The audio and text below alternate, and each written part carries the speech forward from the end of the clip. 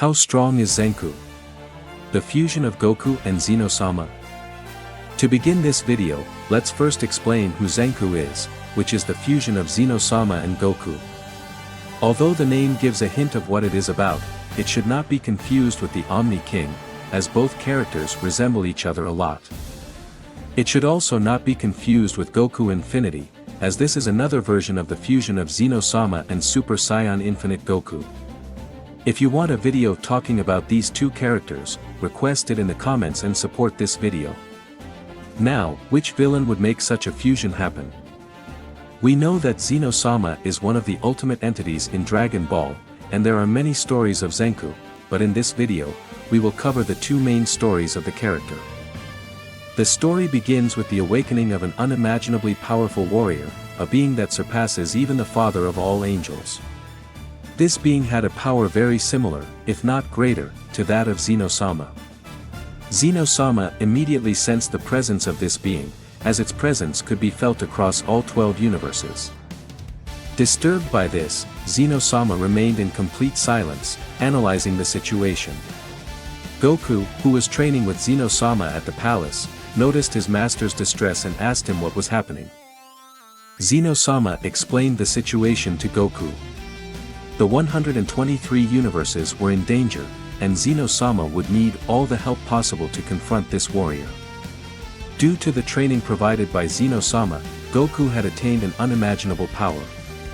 Confident in his abilities, Goku asked Zeno-sama for permission to handle the situation himself.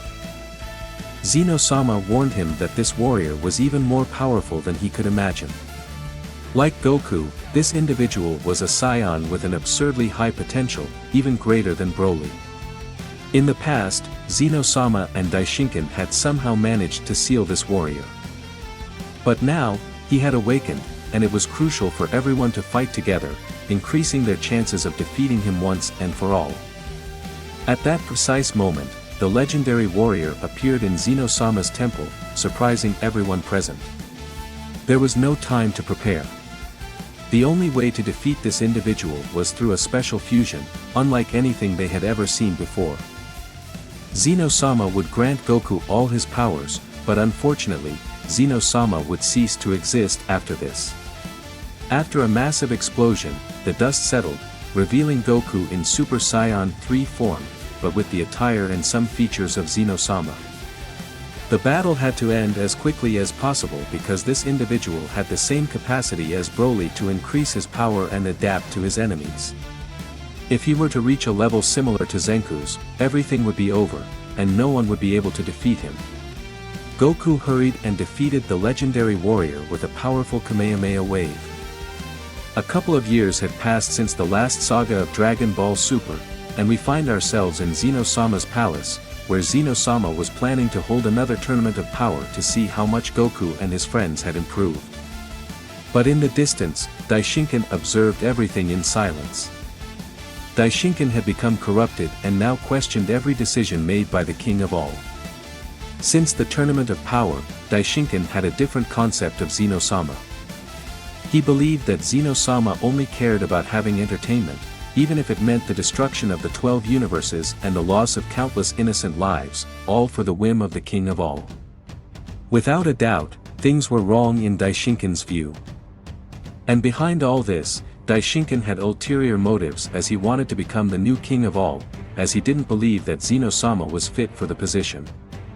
Thus, Daishinkan began his plan to overthrow the King of all, and everything was going well for him. However, he did not expect the appearance of a Saiyan. As Daishinkan was heading towards Universe 7 to recruit Whis, he encountered Goku and Vegeta, who were already aware of the High Priest's secret plans. Goku and Vegeta went on guard and launched an attack against the High Priest, who effortlessly repelled them with a couple of strikes. Goku and Vegeta accessed their teachings, but Daishinkan remained unfazed. Despite Goku and Vegeta surpassing even a god of destruction, they were no match for Daishinkan.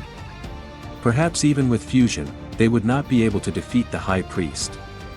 Suddenly, Goku heard a voice in his head.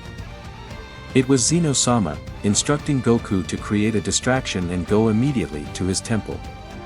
Goku informed Vegeta to buy some time, as he had a plan in mind. Vegeta agreed, and with the help of Whis and Beerus, they engaged Daishinkan. Obviously, these three were no match for the High Priest, who defeated them without any difficulty. But just as Daishinkan was about to deliver the final blow, he was interrupted by a new mysterious warrior. His name was Zenku, and without giving Daishinkan any time to react, Zenku delivered a beating to him. Despite Daishinkan using his true form, he was no match for the new fusion. Facing an imminent defeat against the fusion, Daishinkan was left helpless. Now, let's discuss the powers that these two versions of Zenku would possess, starting with the first story. In this version, Zenku becomes brutally powerful as Goku assimilates the complete power of Zeno-sama. Additionally, in this story, Goku has a power even greater than that of Daishinkan. This means that this version of Zenku is overwhelmingly powerful. Just imagine a fusion of Daishinkan and Zeno-sama. Zenku would be even superior to this fusion. Therefore, I would place this version of Zenku at the same level as a Super Saiyan 10. While I believe Daishinkan is inferior to a Super Saiyan 9, I do think that a fusion of Zeno with this version of Goku would multiply their powers significantly. However, I hesitate to place Zenku above a Super Saiyan 10. If the difference between Super Saiyan 9 and Super Saiyan 9 full power is immense, the difference between Phase 9 and Super Saiyan 10, the forbidden power, is even greater. We know that not even a Gogeta or Vegeto in Super Saiyan 9 full power would be able to defeat Cellbuzzer's third form. Now, let's remember that Goku as a Super Saiyan 10 was infinitely superior to Cellbuzzer's fourth form. Therefore, I believe that this version of Zenku would be on par with a Super Saiyan 10, and it's difficult to determine who would win in a battle between the two. Now let's move on to the Zenku of the second story. And this version is easier to determine the power that Zenku would have since, as I mentioned earlier, in my opinion, Daishinkan has a power far inferior to that of a Super Saiyan 9. In his true form or at his maximum power, he would barely surpass a Super Saiyan 9 or at best, be on par with a Super Saiyan 9 full power.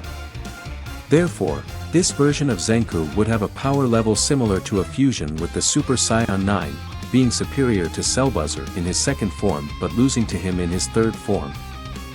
And let's not even talk about if Cellbuzzer were to use his fourth transformation, Zenku would stand no chance against him, or against a fusion using the Super Saiyan 9 full power.